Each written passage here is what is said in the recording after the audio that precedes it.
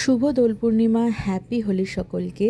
আজ দোল, সবাই কিরকম আনন্দ করছো অবশ্যই কিন্তু জানিও। আর এই দেখো, এই যে হোলি স্পেশাল টি শার্টটা, এটা কিন্তু মা কিনে দিয়েছে আমাকে আর ভাইকে, আর বলেছে হোলির দিন সকালে কিন্তু তোরা দুজনে, দুই ভাই বোনে এইটা পরবি, তারপর রং খেলবি।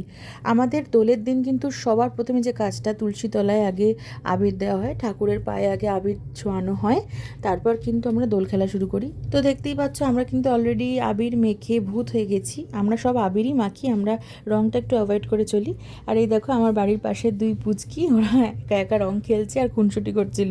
এইবার আর বেশিক্ষণ রং মেখে থাকিনি, কিছুক্ষণ রং খেলার পরে কিন্তু স্নান করে নিয়েছিলাম। আর এই দেখো, আমার ভাইয়ের টি শার্টের পেছনে কিন্তু আমি হাতের ছাপ দিয়ে দিয়েছিলাম, কি দারুণ লাগছে না?